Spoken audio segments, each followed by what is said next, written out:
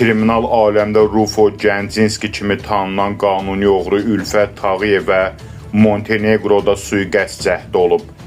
Günün xəbərinə verilən məlumata görə Rufo Rusiyadan bir dəfəlik çıxarıldıqdan və ölkəyə ömürlük girişinə qadağa qoyulduqdan sonra Dubayda məskunlaşıb. Həmin vaxt onun əsas rəqibi qanuni oğru Namiq Səlifov da Dubayda yaşayırdı. Onların uzun müddət biri-birini aradan götürməyə çalışdığı, Birləşmiş Ərəb Əmirliklərində isə yenidən adam toplamağa və qarşı durmaya hazırlaşmağa başladıqları bildirilir. Dubay hüquq mühafizə orqanları bundan xəbər tutub. Namiq əməliyyatdan əvvəl qaça bilib. Rufo və hər iki tərəfdən təxminən 40 nəfər isə saxlanılıb. Onların hamısına Birləşmiş Ərəb Əmirliklərini tərk etmək və bir daha ölkəyə qayıtmamaq tapşırılıb. Bundan sonra Tağıyev Çinə gedib. Lakin bir müddət sonra onun Çində yaşamaqdan bezdiyi və Montenegroya köçdüyü bildirilir. Burada o, digər qanuni oğrularla üzbəüz görüşmək imkanı əldə edib. Belə görüşlərdən biri təxminən 2 ay əvvəl baş tutub. Məlumata görə Rufo restorandan çıxarkən ona yaxınlaşan killer 2 dəfə atəş açmağa cəhd edib. Lakin hər 2 dəfə silah açılmayıb. Bundan sonra yerli sakinlər qeyri-adi mənzərənin şahidi olublar.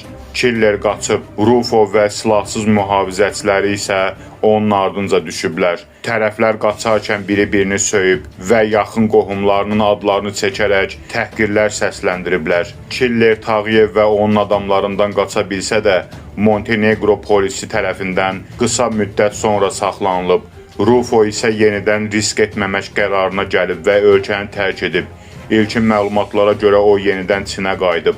Qeyd olunur ki, uzun müddətli səfərlər Tağıyevin maliyyə vəziyyətinə də təsir göstərib. Üstəlik, əsas gəlirinin gəldiyi Moskvada onun təsirinin zəifləməyə başladığı və bunun qazancını azaltdığı iddia olunur. Buna görə də Rufo özünü yenidən xatırlatmaq üçün səs-küylü addımlar atmağa qərar verib.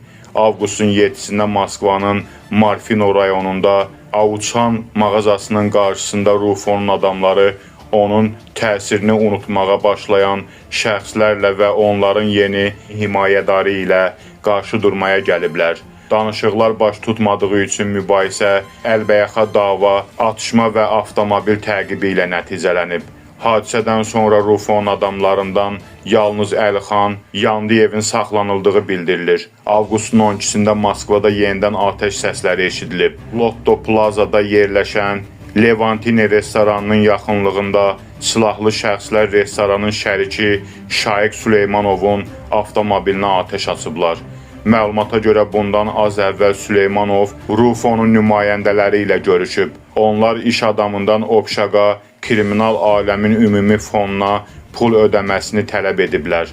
Süleymanovun bundan imtina etdiyi, bundan sonra isə avtomobilinə atəş açıldığı iddia edilir. Qeyd olunur ki, bu atışmalar Rufonun işini asanlaşdırır.